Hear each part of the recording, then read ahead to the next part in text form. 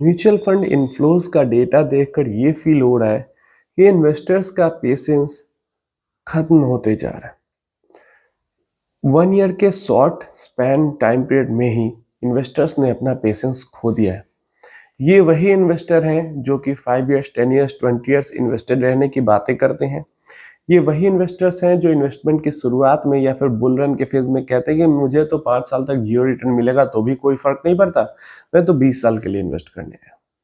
वही इन्वेस्टर हैं जो कि 1 साल के छोटे से टाइम पीरियड में ही अपना पेशेंस खो के बंद कर रहे हैं, अपनी इन्वेस्टमेंट को निकाल रहे हैं, वापस भाग रहे हैं मार्केट से। एमएफआई ने म्यूचुअल फंड्स का इनफ्लो का मंथली डेटा रिलीज किया है। क्या बताता है ये डेटा? अगर हम इक्विटी कैटेगरी की बात करें, एसआईपी का बात नहीं करें, अभी हम नॉर्मल सीधा सीधा इन्वेस्टमेंट की बात कर रहे हैं, तो इक्विटी म्यूचुअल फंड्स के अंदर अक्टूबर 2025 के अंदर में 24,690 करोड़ का इनफ्लो किया है और ये मंथ ऑन मंथ 19% का डिक्लाइन है।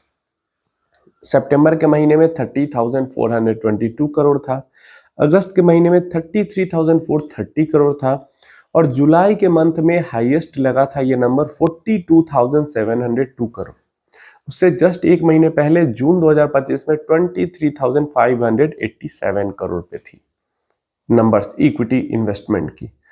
जून में 23,000 के लेवल पे थी, अभी 24,000 के लेवल पे है, वापस आ चुकी है। जो भी 3-4 महीने में ऊपर गया था नंबर, वो वापस नीचे आ चुका है। 42,000 करोड़ से 24,000 करोड़ पे नंबर आ चुका है इक्विटी म्यूचुअल फंड्स के अंदर इन्वेस्टमेंट का। तो इन्वेस्टर्स पेशेंस कम कर चुके हैं।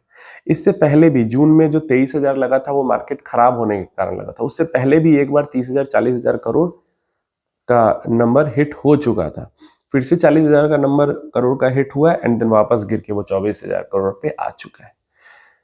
बहुत ज्यादा उम्मीद है मुझे जब भी बुलफेल स्टार्ट होगा फिर से ये नंबर ऊपर जाएगा, लेकिन ये उल्टा हो जा रहा है। जब मार्केट अच्छा हो रहा है तब नंबर ऊपर जा रहा है, जब मार्केट बुरा हो रहा है तो नंबर नीचे आ रहा है, जबकि होना इसका उल्टा चाहिए। जब मार्केट बुरा हो रहा हो तो मार्केट ऊपर जाना चाहिए, जब मार्केट अच्छा हो रहा हो तो नंबर नीचे आना चाहिए। क्या ये होना चाहिए, लेकिन हो रहा है उल्टा। चलिए आगे की सारी डिटेल्स के बारे में बात कर लेते हैं। डेट के अंदर में तो कोई फायदा नहीं बात करके, एक ही महीने में 1 लाख करोड़ का इनफ्लो होता है, एक ही महीने में 1 लाख करोड़ का आउटफ्लो हो जाता है। हाइब्रिड फंड इंटरेस्टिंग है, तो जून 2025 में 23,000 करोड़ ऑलमोस्ट बराबर इनफ्लो गया था इक्विटी फंड के अंदर और हाइब्रिड फंड के अंदर जून 2025 में। जुलाई के अंदर में घट के 20,000 करोड़ आया, अगस्त में 15,000 करोड़ आया, सितंबर में और गिर गया, ऑलमोस्ट 9,300 करोड़ आ गया था एंड देन अक्टूबर के महीने में फिर से ये बढ़ा है और 14,000 करोड़ के लेवल पे जा चुका है। जब भी मार्केट थोड़ा परेशान करती है तो हाइब्रिड के अंदर पैसा मूव होने लगता है, फ्लेक्सी कैप लार्ज कैप की तरफ मूव होने लगता है। इसके अलावा बाकी सब अलग अलग है जिससे हमें उतना मतलब नहीं, हमें मेनली मतलब हाइब्रिड और इक्विटी से है, डेट से भी मतलब है लेकिन उतना फर्क नहीं पड़ता इनफ्लो आउटफ्लो का।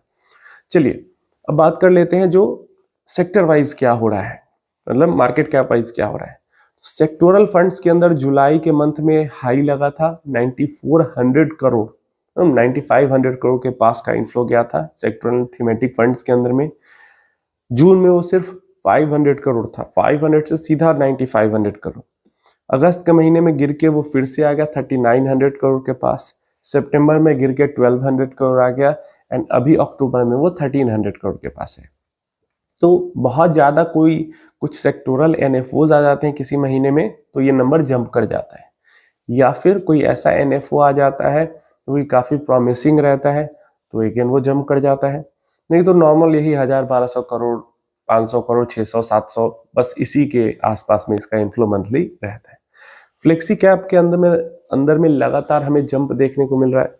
जून में 5,000 करोड़ मतलब 5,800 करोड़ के आसपास, जुलाई में चला गया वो 7,600 करोड़, अगस्त में भी 7,600 करोड़ रहा, सितंबर में गिर के 7,000 करोड़ पे आया था, कोई बड़ा ड्रॉप नहीं था।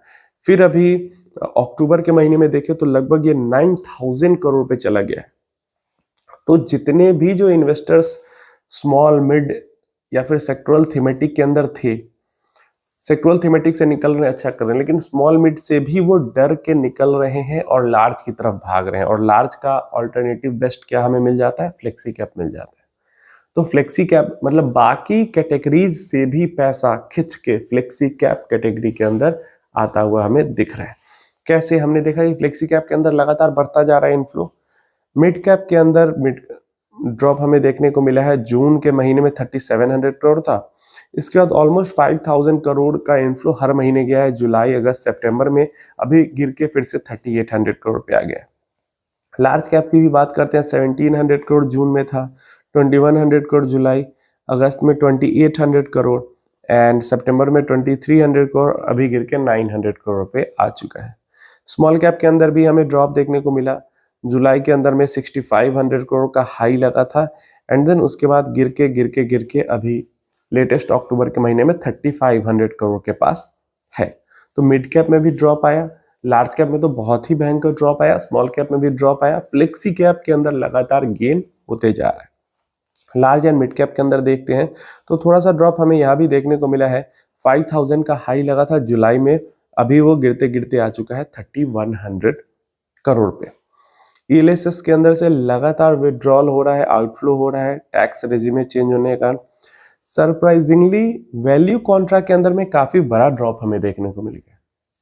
1000-1200 करोड़ लगभग मंथली चले जाते हैं। जैसे 1150 करोड़ रुपए गए हैं जून में, 1500 करोड़ के पास जुलाई में गए हैं, लगभग 1150 करोड़ अगस्त में भी गया है, 2100 करोड़ रुपए सितंबर के महीने में गए हैं, लेकिन अक्टूबर के महीने में सिर्फ एंड सिर्फ 350 करोड़ रुपए गए, जो कि ये काफी सरप्राइजिंग है मेरे लिए, क्योंकि काफी वैल्यू फंड्स है जो कि काफी अच्छा कर रहे हैं। डेफिनेटली कॉन्ट्रा फंड्स उतना बेहतर नहीं कर रहे, वैल्यू फंड्स काफी अच्छा कर रहे हैं, फिर भी इतना बड़ा ड्रॉप।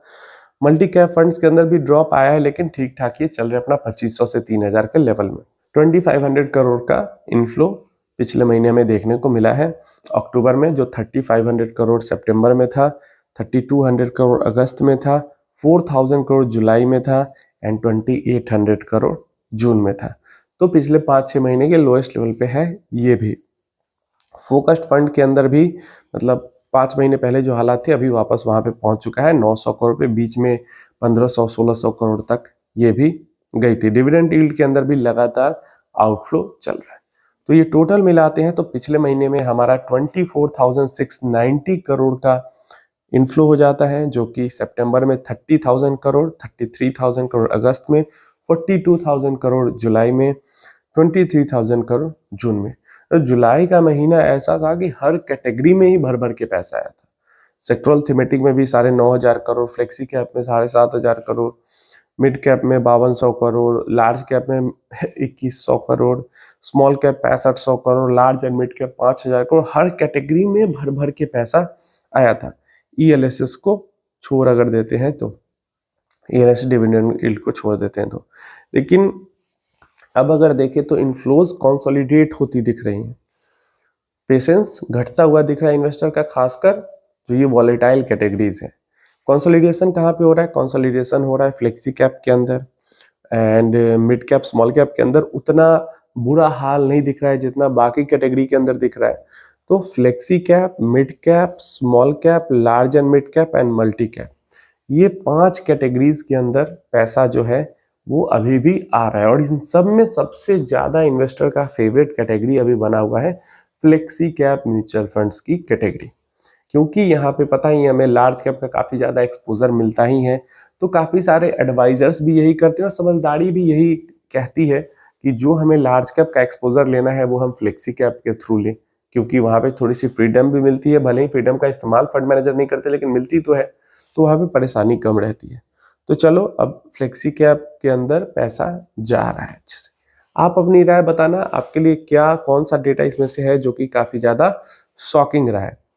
यहाँ पे गोल्ड की बात करते हैं तो गोल्ड के अंदर सितंबर के महीने में 8400 करोड़ के पास इनफ्लो गया था, जो गिर के अभी 7750 करोड़ के पास गया, 7750 करोड़ के आसपास। ड्रॉप से कोई फर्क नहीं पड़ता, क्योंकि गोल्ड ईटीएफ एक ऐसी कैटेगरी थी जहां पे पास्ट में मैंने देखा है किसी महीने 500 करोड़, किसी महीने 700 करोड़, किसी महीने 300 करोड़, किसी महीने 800 करोड़, 1000 करोड़ कभी कभी पार करते था इनफ्लो। और पिछले कुछ महीनों से गोल्ड के अंदर 8000 करोड़, 7000 करोड़, 6000 करोड़ ऐसे इनफ्लो जा रहा है। तो ये तो काफी बड़ी बात है। गोल्ड सिल्वर के अंदर काफी पैसा गया है अक्टूबर के महीने में भी। ओवरऑल एसआईपी के नंबर की बात करते हैं तो उसके अंदर बहुत ज्यादा कुछ चेंज नहीं आया है। 29,000 करोड़ पिछले महीने भी था, 29,000 करोड़ एसआईपी का नंबर इस महीने भी है। 100-200 करोड़ ऊपर नीचे होता रहता है। और जब हम एसआईपी की बात करते हैं तो इक्विटी, डेट, हाइब्रिड सब मिला के बात करते हैं। और जब इनफ्लो की बात करते हैं तो प्रॉपर हम इनफ्लो की बात करते हैं, सिर्फ इक्विटी में, सिर्फ हाइब्रिड में, सिर्फ डेट में। ऐसे आप अपनी राय इन सब के बारे में नीचे कमेंट बॉक्स में जरूर देना। कोई क्वेश्चन क्वेरी है तो अभी आप नीचे कमेंट बॉक्स में पूछ सकते हैं।